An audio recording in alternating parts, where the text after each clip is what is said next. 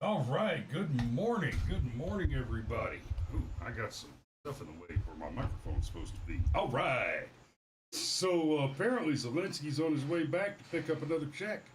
Let's do a show, guys.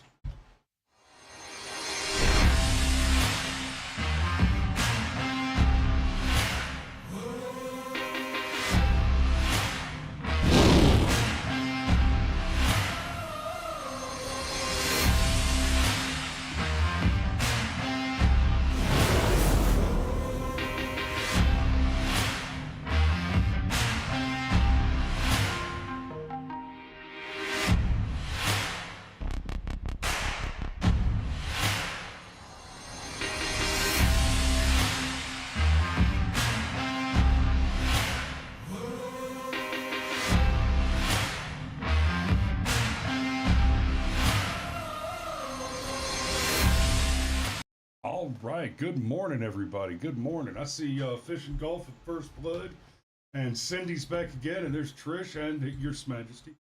Good morning, guys. It's amazing. I already see four people in the chat, and somehow the view counter says there was only one watching. Oh, now it says three. So, so two of you have just been promoted to humanhood. Congratulations. All right, I'm not gonna putz around too much this morning. Let's get into this. We got a story this morning. Apparently, there was a Russian missile attack, and I say apparently because, I mean, I'm seeing some articles. I haven't seen any video yet. I've seen some articles, and I've seen Joe Biden say that he's going to give more money to Zelensky. So, yeah, but okay, here we go. It says Russian missile attack kills at least 41. Hit children's hospital, says Ukraine. Russian missile attack kills at least 41. Missile is children's hospital. Okay, so the attack was on Kyiv. It says air defenses shot down 30 of 38 incoming missiles. Um, Let me rephrase that for you so that you understand it correctly. Um, American air defenses, which were installed in Ukraine, shot down American funded missiles being fired by Russia. Because let's be very clear about something real quick. Let me just back up a little bit. I've said many times before that you can basically lay all of the problems right now, not just at Joe Biden's feet, not just for his incompetence, but as a matter of such clearly explicit consequence of specific identifiable policy and executive order maneuvers by President Biden. This one related to the pipeline and some particular strategic positions involving Ukraine, that it is essentially unreasonable for a person to conclude that the outcomes, that the bad consequences we are experiencing as a result of Biden's policies and executive orders, it's unreasonable to assume that those bad outcomes were not the intended objectives of the individual policies. Everything that's happening in Ukraine and Russia, everything that's happening with Israel and Palestine, right? Russia does not invade Ukraine without the money to do so, which they did not have prior to Biden shifting funding from the Keystone XL pipeline to fund the pipeline in Eastern Europe, essentially handing Putin the war chest to fund the invasion of the Ukraine. At the same time that Biden's puppet Zelensky is playing fuck games and fence sitting with NATO and like, oh well, you know what? Maybe I'll join. Whoa, no. Maybe I won't. I'm not going to do that. I don't want to upset Daddy Putin. But I might join. So I got Big Brother U.S. here with his big stick.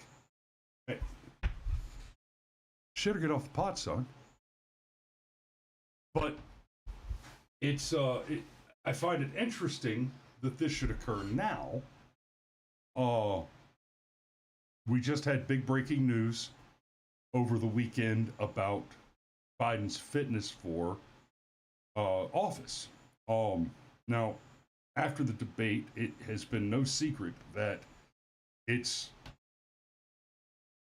it's it's it's hard to it's hard for even somebody like me to wrap my big brain around everything that's going on and the complex interconnectivity of it. So, from the beginning, the Russia Ukraine thing has been about little more than the Democrats, the whole left wing.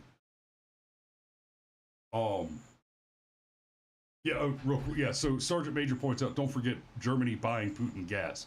Exactly, and that had a lot to do with the pipeline funding shift, and essentially Joe Biden handing Putin a monopoly on fuel, gas, and energy for most of Europe, and increasing prices and basically gouging out the funding to conduct a war, which again Zelensky instigated with his fence walking, flipping NATO flirtations. And I'm not even saying that Zelensky shouldn't have joined NATO. There is a compelling interest for he and his people to do that, because obviously joining NATO is the same as sticking your hand into the American taxpayer's pocket. So I mean, without if you ignore your own personal interest to come to a logical conclusion, then it would have served the interests of Ukraine to join NATO. But now we're looking at this situation, and if you look at the whole tract of it, the way that Biden has funded and instigated the activity, the conflict in Ukraine and Russia, it really is this simple. The entire conflict exists to give cover to the Democrat money laundering campaign. And it happens, as I started to say before I stopped to reply to Dad's comment there about Germany and Putin. As it happens, there was a chunk of news that came out this weekend. So over the last couple of weeks, it's been no secret. Y'all saw the debate. Y'all saw clips from the debate. You've heard people talk about the debate. And since the debate, Biden's allies have been calling on him to step down. Well, over the weekend, news broke that there is a neurologist who is a specialist in Parkinson's disease that has visited the White House once a month over an 8-month period, ending just a few months ago. And before that, he had visited the White House many, many times before that. And he was, I forget the guy's name now, because his last name sounds kind of funny. And there were people debating on how to say it because it sounded insulting when you pronounce it correctly. Damn it. Anyway, so basically Biden or Biden's physician have been consulting with this Parkinson's expert, and you see Biden, he has to turn sideways and walk carefully down the stairs. Guys, I can tell you what that is, right? That's the stiffening of old age. That's your joints don't bend right. I'm still recovering from having thrown my back out 2 weeks ago, and that's kind of not to quite the degree Biden does it, but that's kind of how I have to go down a set of stairs, because my hip doesn't bend right now because I threw my back out. Now, I'm in my 40s, not my second century, so I've only been around since before the I've only been around since before the Soviet Union collapsed. I never actually had tea with Methuselah, so I'm gonna get better for a while, probably. Um, but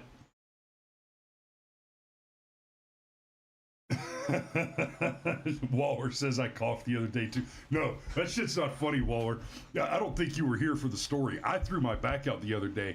I I had just finished making dinner, put it on the table, and the kids were eating, and I went over to the fridge to get a glass of ice water, and I filled my cup up, and a piece of ice fell off the top of my cup, and I bent over to pick it up off the floor, and was fucking ruined for a week.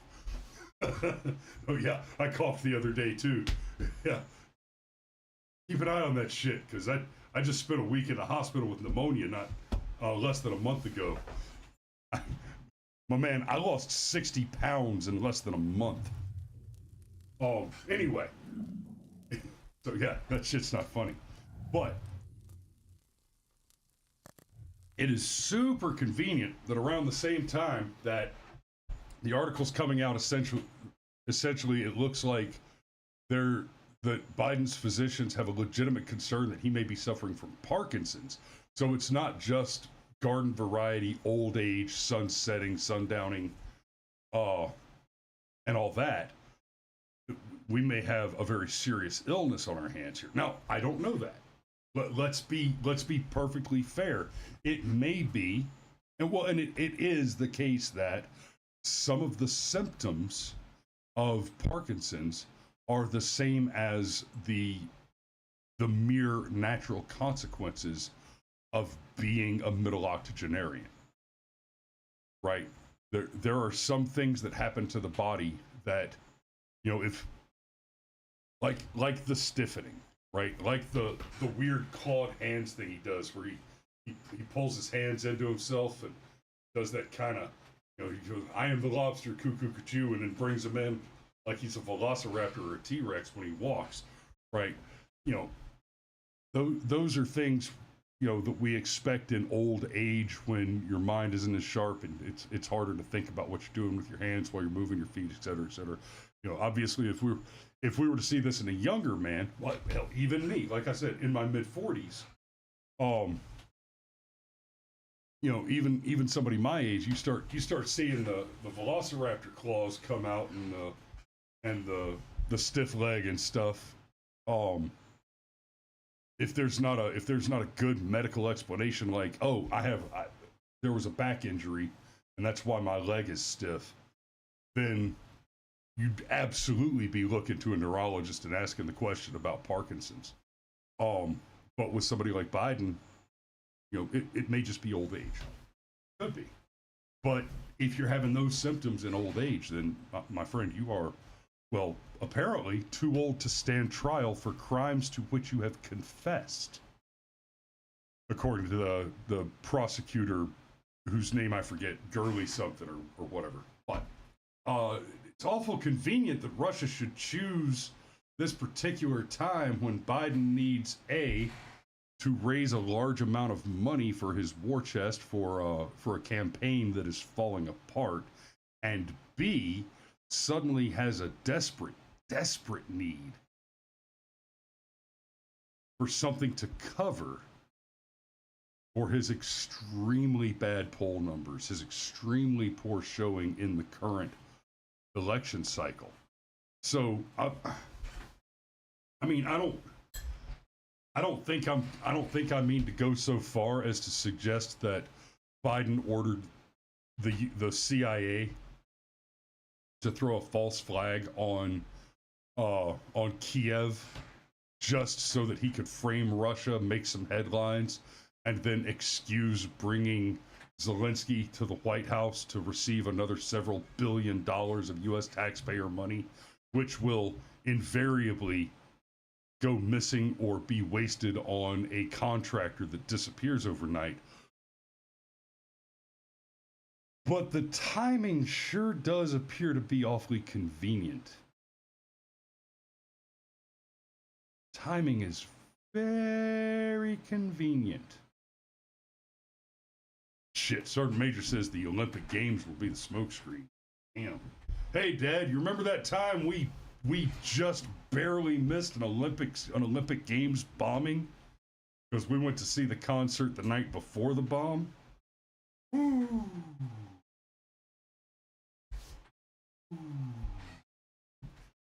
That was the '96 Olympics in Atlanta.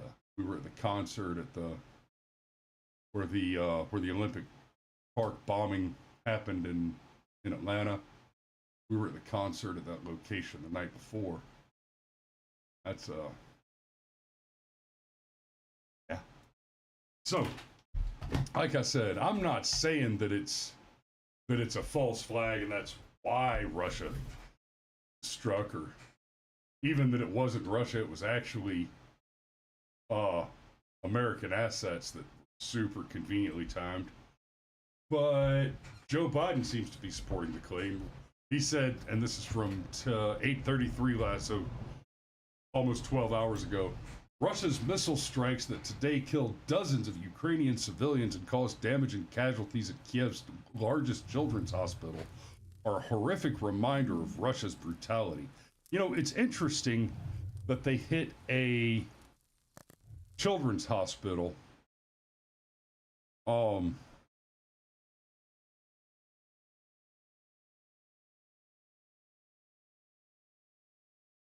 That, God, I hope y'all noticed the thumbnail says wagging the dog. I assume that many of you are familiar with the concept of wagging the dog. Of course, the idea is that,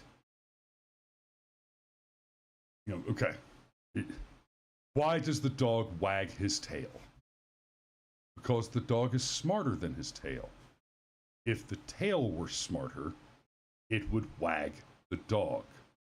So if you're not familiar with the expression, with the sentiment, the idea is that the government is a smaller entity, and it is itself as an entity less intelligent than the ruling body, which is we the people, right? The organization, the hierarchy of the American governance system is not that there is a government and it governs or rules us. It is that we have agreed to allow for the existence of a thing which we call government, and I think we should abolish it and call it something different. Maybe we should call it the Office of Cooperative Communication or something. But the point being that the government, which is the tail, is subordinate to the will of the people. When the tail believes that it is smarter, or hell, if the tail can wag the dog, it has proved that it is smarter than the dog. But that's what you're seeing here. The tail has decided that it's smarter than the dog, and so it is attempting to wag us. Now, when I say it's attempting to wag us, many of us, I mean, it is hard to ignore that the 2020 election was stolen. And I know this sounds like a tangent, but I want you to stick with me for this ride for a minute. It is very difficult for an intelligent person to ignore the 2020 election and to say that it was free and fair. You look at that election, and I don't care what your opinion of the security of the election is, no person, honest or otherwise, intelligent or otherwise, who is not completely oblivious to the conduct of previous elections can say honestly that the 2020 election looked normal. It is as simple as that. No matter how you excuse away all of the things that appeared to go wrong, the fact is, in order to make the argument that 2020 was a legitimate election, you must first excuse away all of the things that went wrong. The burden of proof is on the claimant that claims that the election was secure, because the balance of evidence screams to the contrary. Now, why does that matter? I'm talking about, when I'm talking about what's going on in Russia and Ukraine, and there you assume, I will actually assume that it is Russia that made the attack. But the fact is that Biden set it up for Russia to be engaged in conflict with Ukraine. And in part, he did that by funding both sides of that war. He funded Russia until they attacked Ukraine, and then began funding Ukraine, and has taken kickbacks and laundering money into his campaign the whole way. Same thing in Israel and Palestine, right? We fund the Israeli Iron Dome. We fund that defense. We are also funding, and keep in mind, right? Trump talked about, when I was in office, they were broke over there. They didn't have money for terrorist activity. And yeah, let's not forget that Biden cut loose several $billion to fund Hamas right before the October 7th attack that launched the current iteration of violence and conflict in the Middle East. So like I said earlier in the show, Joe has every single thing that is wrong in the world today. If it wasn't caused by Joe Biden, if you can point at it and say, no, this problem existed before Joe Biden, then it's very difficult to find a problem where that is true without it also being the case that the problem was nearly completely solved while Trump was in office, right? North Korean relations, peace in the Middle East, Afghanistan drawdown, our national energy independence. It is very difficult to point to a problem which predates Biden that was not nearly solved while Trump was in office, and then completely and utterly exacerbated into crisis by the explicit results of Biden policies. And I say all that to go back to Epstein for a second. I want to take you all back to Epstein for a second. So, on the 2020 election, like I said, you have to point at the individual problems that make the election suspicious and excuse them away in order to make the argument that the election was normal and secure and fair, that it in any way resembled an American election. And about just a little less than half of Americans at least say that they believe that 2020 was fair. But go back to Epstein. We've talked about this on the show several times before. Cameron was not quite as far down the rabbit hole, not quite as ready to throw on a tinfoil hat as some of the rest of us that do the show around the time that Epstein didn't kill himself. And then, and I will never forget that day. Any of you who have seen the short film that we made, that, what year was that? What was that, 2018? Anyway, it was 2018 or 2019, I think. But you may have seen the short film that we did back then, the Kingmaker Chronicle. It was meant to be a pilot for a series. But we did it, and it was published. Anyway, Cameron and I were in my pick-em-up truck listening to the radio on our way to location to shoot that film. We got a truck full of camera equipment. We're listening to the radio, riding down these backcountry roads for this scene that we're shooting in the woods, drinking coffee and smoking cigarettes and, just bullshitting and kind of listening to the radio. And we get the Jeffrey Epstein found dead in his cell news.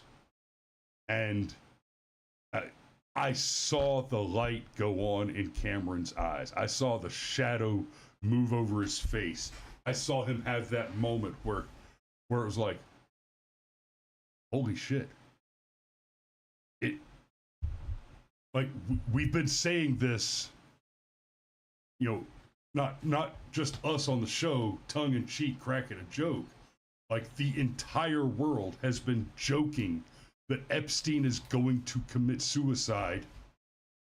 He's going to be Arkancided. Thanks, Waller. 2019. He's going to die in prison because not because he's actually committing suicide. No, there will be a suicide staged to cover up for the murder. And then we got all the news, all the details around it. The guards fell asleep. Oh no, they were shopping. Oh, somehow all the cameras just happened to go offline at that time. And let's completely forget that there were 2 previous attempts on his life by other inmates who had ties to Clintons and other Democrat power brokers. When Jeffrey Epstein died, the whole world became Alex Jones. At least for a couple of weeks, everybody strapped on their tinfoil hats. Nobody. And even today, people you would not expect to buy into conspiracy theories, they will say, yeah, but Epstein didn't kill himself. And so everybody believed everything for about a minute there. And then little time passed, and some people started to take off their tinfoil hat and started to accept more and more of the lies. But for just a minute there, the curtain was pulled back with the Epstein thing. I'm telling you, like this, the point to this show is not to cover conspiracy theories. Really not. But MK Ultra, what we now know about Watergate, what we now know about Kennedy assassination, what we've seen. You can talk about conspiracy theories, aliens, alien crashes, alien landings, Area 51, the government's covering up aliens, and Well, yeah, you want to talk about conspiracy theories? Go back and look at the calendar for the last 3 years, and literally every time there's a major accusation against Hunter Biden related to the laptop or related to his charges for the gun crime for which he was just recently convicted. It happened 5 separate times like this. There's a news article about Hunter Biden and his misconduct, and it just happens that the same day we get it announced that the Congress has scheduled a special hearing with a whistleblower or a former intelligence asset or a former clandestine services operator who's coming forward to blow the whistle on government secrets about fucking aliens. And here we are, after like 5 of these hearings over the last basically since 2020, so over the last 3-4 years, there have been like 4 or 5 of these hearings which were clearly scheduled to throw cover in the news cycle over whatever Hunter was up to at that particular time. And we still don't know any more about the aliens. Like, if anything, we're less certain that the government has ever covered anything up. So the conspiracy that I'm talking about there is not the idea that the government's hiding the aliens. We still have no clue. But it sure is awful convenient that there just happens to be a hearing that gets scheduled just in time for each of the accusations against Hunter over basically the entire length of Biden's presidency. So, back to Russia, Ukraine, and this is what I want to end on. I want this to be your takeaway, and it's okay. So we've covered the news. We've covered the false flag thing. I think it was Friday afternoon. I was working on some paperwork and kind of listening to something for background noise. It was Ben Shapiro doing an interview with Douglas Murray. Douglas Murray is a respectable, intelligent, and well-spoken conservative scholar, very talented. I like a lot of his work. But they were arguing about, or not even arguing, they were putting forward the argument. They were generally in consensus together and putting forward the arguments for American involvement in Ukraine and in Israel. Now, of course, they're arguing for involvement in Ukraine. Ben Shapiro is a notoriously Orthodox Jew. And okay, cool. And I understand your personal interest there, your personal stake in that. Gotcha. But first, Shapiro asks the question. How did he phrase it?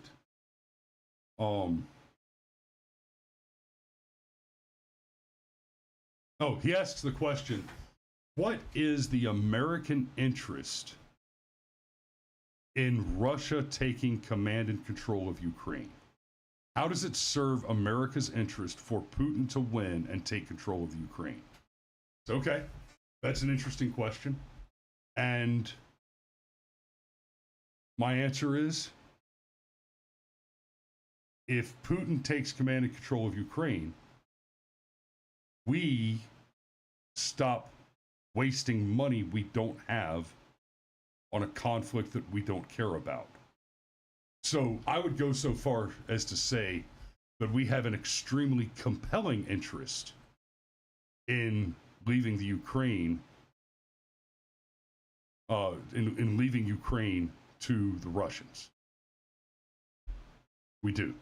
We have a very compelling interest in leaving Ukraine to the Russians. Russia taking control of Ukraine, completely conquering it and subsuming it into the agglomerated nation that is Russia. I don't see any way that hurts us. You might make the argument. That it moves Russia closer to one of our allied borders. I'll get to the allies question in just a second. You might make that argument. And that would be fair.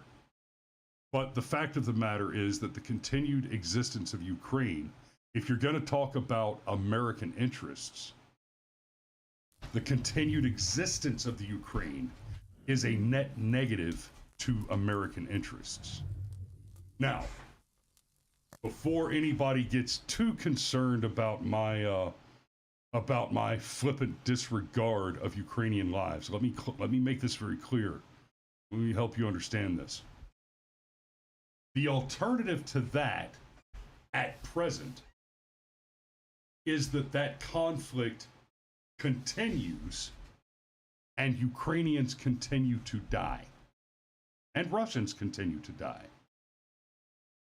Now, there is a clear service to the interest of the Democrat Party so long as the conflict endures.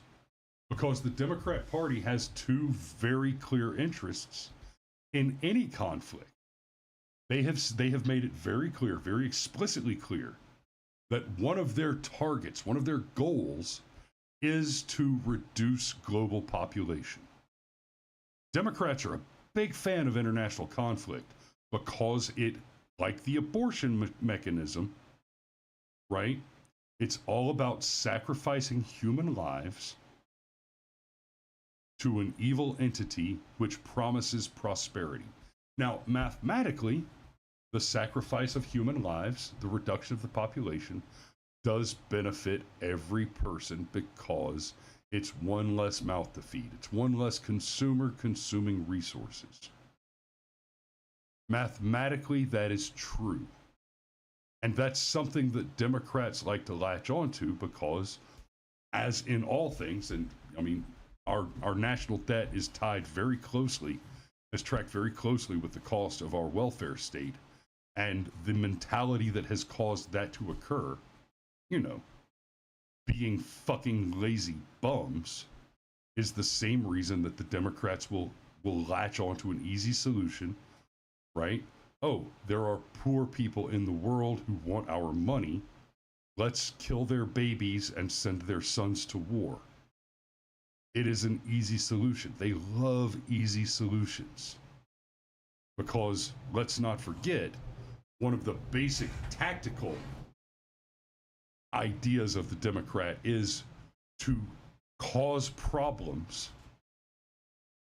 for which they can, in the next election cycle, offer solutions on which to run. Biden's running on, I'm the guy that can fix the Ukrainian problem. My man, you caused the Ukrainian problem. We know from prior experience that Donald Trump is the solution to those problems. How do we know that? Because Donald Trump is the only president in almost 40 years under whom Russia has not annexed territory that used to belong to the old Soviet Socialist Republic. Right? Russia has moved and taken land under every single president except for Donald Trump since Ronald Reagan. It really is that simple. When Trump was in office, Putin didn't jump. Putin didn't do crazy shit when Trump was in office. So, got all that. And like I said, the Democrats do indeed have an obvious and compelling interest, right, in the reduction of population, and that is a result of conflict. The other obvious compelling interest is they are deeply in bed with the military-industrial state. And as long as they can't miss on miss, they will work their asses off to make sure that there are places for money to be spent on weapons. Right? Right? You got the Iron Dome, my money. You got the rockets coming over to hit the Iron Dome, somehow also my money. And the same thing's going on in Russia, Ukraine. We paid for Russia's weapons. We are paying for Ukraine's defense. It's all about taking money out of the pockets of the American people. It's all about laundering your money away. Michelle says, tell Eleanor hello. I will, sweetheart. She's still asleep. But I will. I'll tell her hello when I see her in a little bit. Okay. Tangent. Michelle, you know, we moved out to the country. Eleanor is absolutely thriving out here. She is, I mean, just become a real water bug in Mom and Granddad's pool and loves running around in the yard and on our nice big chunk of property out here. Just absolutely take it off, and we're having a blast. So I will let her know you said hello. And hopefully she'll sneak out and let herself in the studio from time to time like she used to when I was in the basement back in Conyers. Anyway, so the Democrats do have those two compelling interests: laundering money and the population reduction thing. And so the U.S. interest is served by Russia taking Ukraine. Ukrainian interest is served by surrendering to Russia. Because unless the U.S. is going to put boots on the ground and actually fight that war instead of just working hard to make sure that that war continues, the result is going to be more dead Ukrainians. Because let's be clear, Russia, and there is still a conflict between Russia and the Ukraine only because the United States has interfered, but not sufficiently to resolve the conflict, only enough to extend it. Wars can be won, and they can be won quickly. And we know how to do it, and we are fucking good at it. The fact that we haven't just gone in and finished it. This is just like Afghanistan, being in Afghanistan for 20 years. The only reason any war that the United States is involved in continues is because that is what we want it to do. We always have the technology, the capability, and the strategic acumen to end a war today. And I'm not talking about slinging nukes and making a fucking glass parking lot out of uh, out of the Kremlin. It doesn't take that. You don't have to go full scorched earth to end a war. You have to go hard, but you don't have to go that hard. Ukraine is still in conflict because we want them to be. If Joe Biden did not want Ukraine to be still in conflict, we would put boots on the ground and we would end this problem. Same thing in Israel. If you actually wanted the problem solved, we can do that. We choose not to. How is the U.S. interest served by the continued conflict in Ukraine? Because this is the thing that needs to be made clear to people like Ben Shapiro, Douglas Murray, and about 50% of, well, all the Democrats and about half of the elected Republicans. Question: how is the U.S. interest served? Yeah, Waller says the American fighting machine is savage. I'm going to come back to that in just a second. How is the U.S. interest served by Russia consuming the Ukraine? It cuts off the tap. Right now, the Ukraine is a wound. Russia is a convenient bandage. If we continue to extend and exacerbate that conflict, Russia and Ukraine will continue to lose their sons.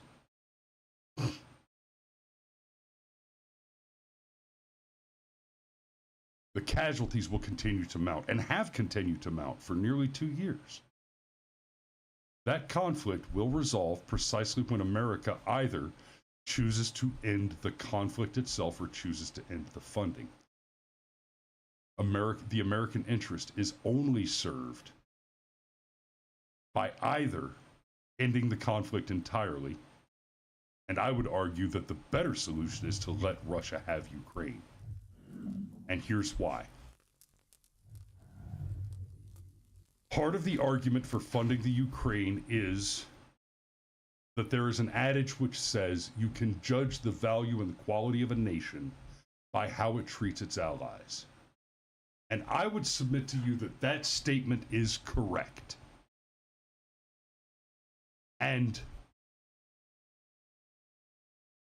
But here's the problem.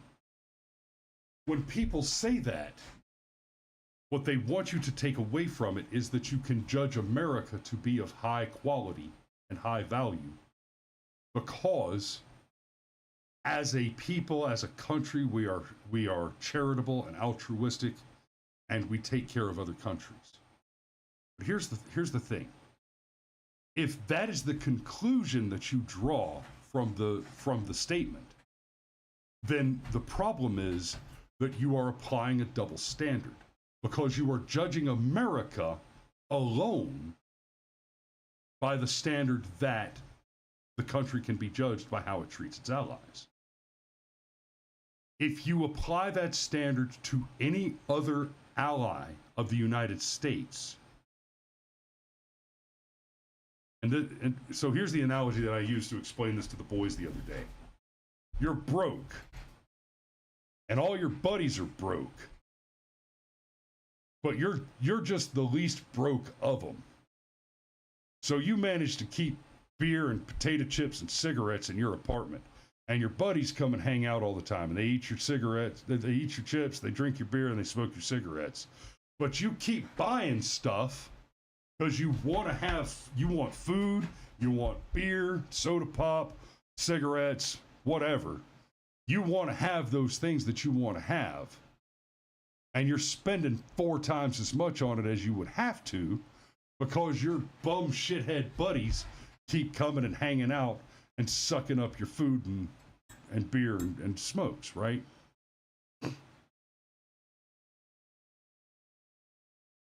That's every other country on the planet. Ally and enemy alike.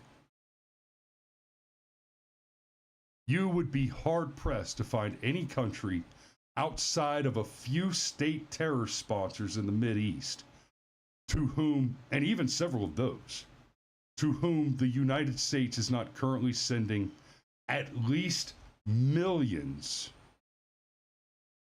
in foreign aid to every year. We send foreign aid to the British, the French. We send foreign aid all over Europe. We send foreign aid everywhere.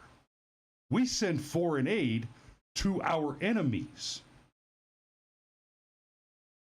More than 70% of the rice consumed in North Korea is grown in America and shipped there. Where Kim Il-sung has his military intercept the crates and take them secretly into a warehouse where they remove the shipping labels and put big North Korean flags and branding on them so that he could tell the people that it's North Korea that's producing the rice.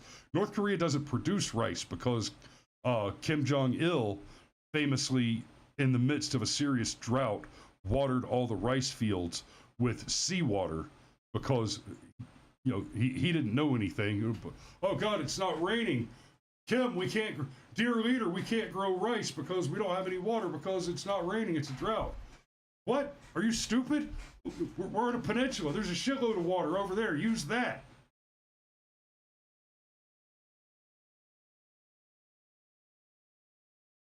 He salted the earth because, Bondo has what plants crave. It's got electrolytes. Okay. The continued... Yeah, so you look around the planet, and the fact is, every country that appears to be doing well, right? Okay, every country that appears to be doing poorly continues to exist only because we subsidize their mere existence. Every country that has a socialized medical system, a welfare state, a government-funded retirement plan, pension, et cetera, right? We are currently subsidizing the current state of every country on the planet. I don't care if you're Zimbabwe, Colombia, Canada, or Great Britain. Hey, Bear! You exist at our pleasure because we are funding your entire way of life. And the Democrats love to do it this way because then they get to come back to their constituents in the United States and they can point and say, look, Canada's got a great healthcare system. It works for everybody and it's free no matter what. Meanwhile, the Canadian healthcare system is a nightmare dystopia where, yeah, you'll get seen. Guys, veterans. I use the VA for a lot of my healthcare, and now that I've moved to a smaller VA where there's a much lesser population, they're better on the wait times. But the thing about the VA, right? This is socialized medicine. So if you're a veteran and you've got experience with the VA, you understand that in many cases, the VA can do a great job. I've had several very serious surgeries through the VA. And I've had to go through the VA because as a veteran with the Affordable Care Act, I can't buy private health insurance in the United States. That's one of the things that the Affordable Care Act did, is it forced veterans to use the VA. It took away our choice to go to a private facility for better care and shorter waits, right? I'd be happy to pay the money, but in order for me to do that, I have to buy the extremely expensive private insurance that, I can't. I'd be happy to pay the money, but it's $6,000 a month for me and my family because of the Affordable Care Act. But the VA can do a great job. It can do an excellent, and it has done a great job for me. Eventually. That's the thing. Eventually. Right? For example, I threw my back out been a little over 2 weeks. I've recovered wonderfully. At, you know, one would hope it's been a little over 2 weeks, but within 4 days of having thrown my back out, I talked to my doctor at the VA. Now, the only reason I was able to talk to my doctor at the VA that quickly is because I had made that appointment before I threw my back out to follow up on the whole hospital thing with the pneumonia from 2 weeks prior to that. Right? So I saw the doctor. That was 2 weeks ago today, actually. We talked about the pneumonia, we talked about the hospital stay, and we talked about my back. She had me do x-rays on my back at that point and said, we're going to send you to a chiropractor. Right? That was 2 weeks ago. I'm still waiting for the phone to ring to tell me what my appointment is, when my appointment is. Right? And that's the thing. It's yeah. They'll get you taken care of eventually. And for y'all to eat, for those of you that have it, and Bear just said British healthcare isn't free. It's just free at the point of service. We pay a monthly national insurance tax. Yeah. Yes, you do. And and we still subsidize that. And Sergeant Major says we have free blueberries. So, yeah. So you look around the world, and every country on the planet,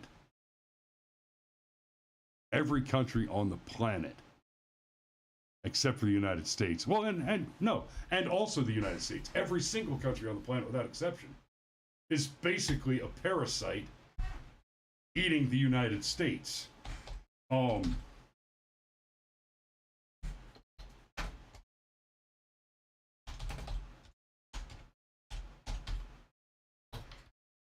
So, and then Dad says, oh, Waller says 3 years waiting on my colonoscopy getting scheduled. Every 89 days, I get a call to reschedule. Holy shit, man. Oh, Sergeant Major says, yeah, says Bear, that is what John said also. Yeah, that's 2 Thessalonians 3:10. If anyone, that's what I was looking up because Bear mentioned it. And John said, if anyone doesn't want to work, he shouldn't eat.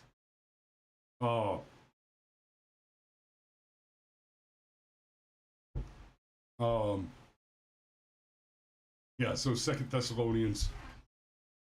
And apparently Luke 24, it's referenced again. But yeah, the don't eat thing. Now, I've lost some of my prior train of thought, but I think I've covered most of the topic pretty adequately. Let me get back real quick. I think it was Waller. Was it Waller? It had to have been. But said, Waller said the American fighting machine is savage. Tell you something, guys. I've experienced this firsthand. Other nations around the world are terrified of the prospect of engaging with the American warfighter in combat. Many of you who are civilians and have not had firsthand experience with this don't understand. Most people who have not had the firsthand experience with it, seen it in the enemy's eyes, and even in the eyes of the non-enemy local national that just happens to be trapped on the battlefield where you're engaging in destroying evil men. You haven't seen it in their eyes, you don't really understand it. Most civilians, and people who haven't been there, even soldiers and veterans who had a relatively peaceful career and spent most of their time in CONUS might not even really have a grasp of it. Most people believe that the reason other countries' armies are so frightened, so intimidated by the American warfighter is because we have money, which means we have better training, we have better tactics because of our training, and we have advanced equipment, advanced weapons, better equipment, better weapons, etc. There is some truth to that. Like, for example, our ability to employ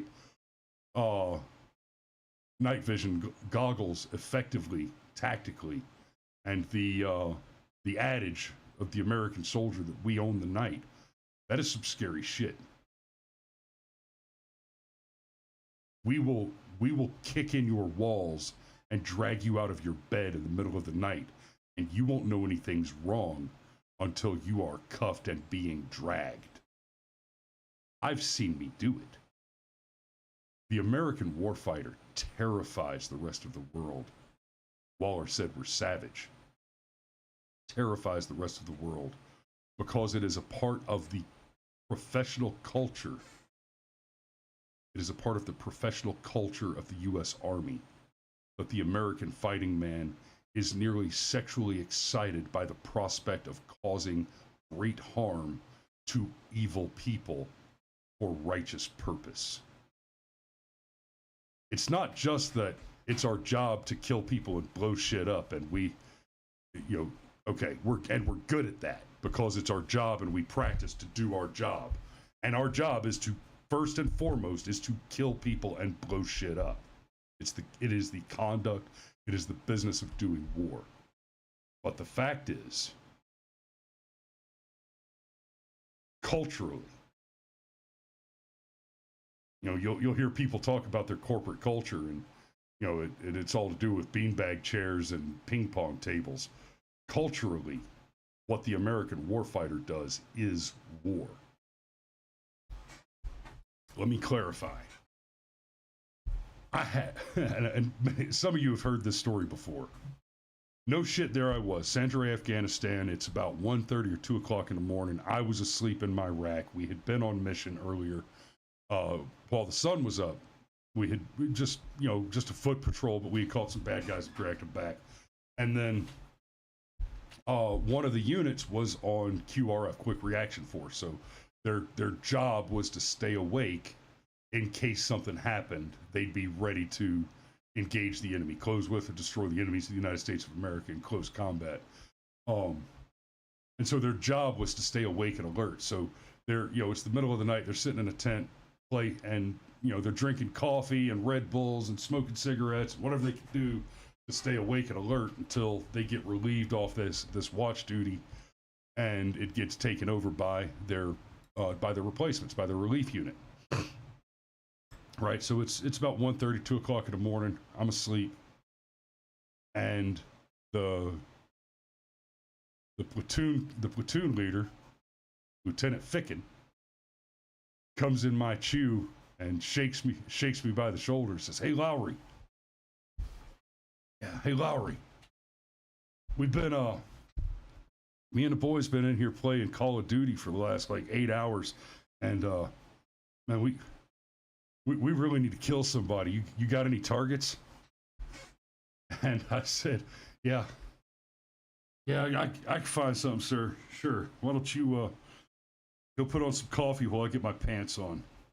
And we did. We went and found a target that was on the list. That he was on the list. We were planning on going to get him tomorrow morning after I had gotten some fucking shut eye.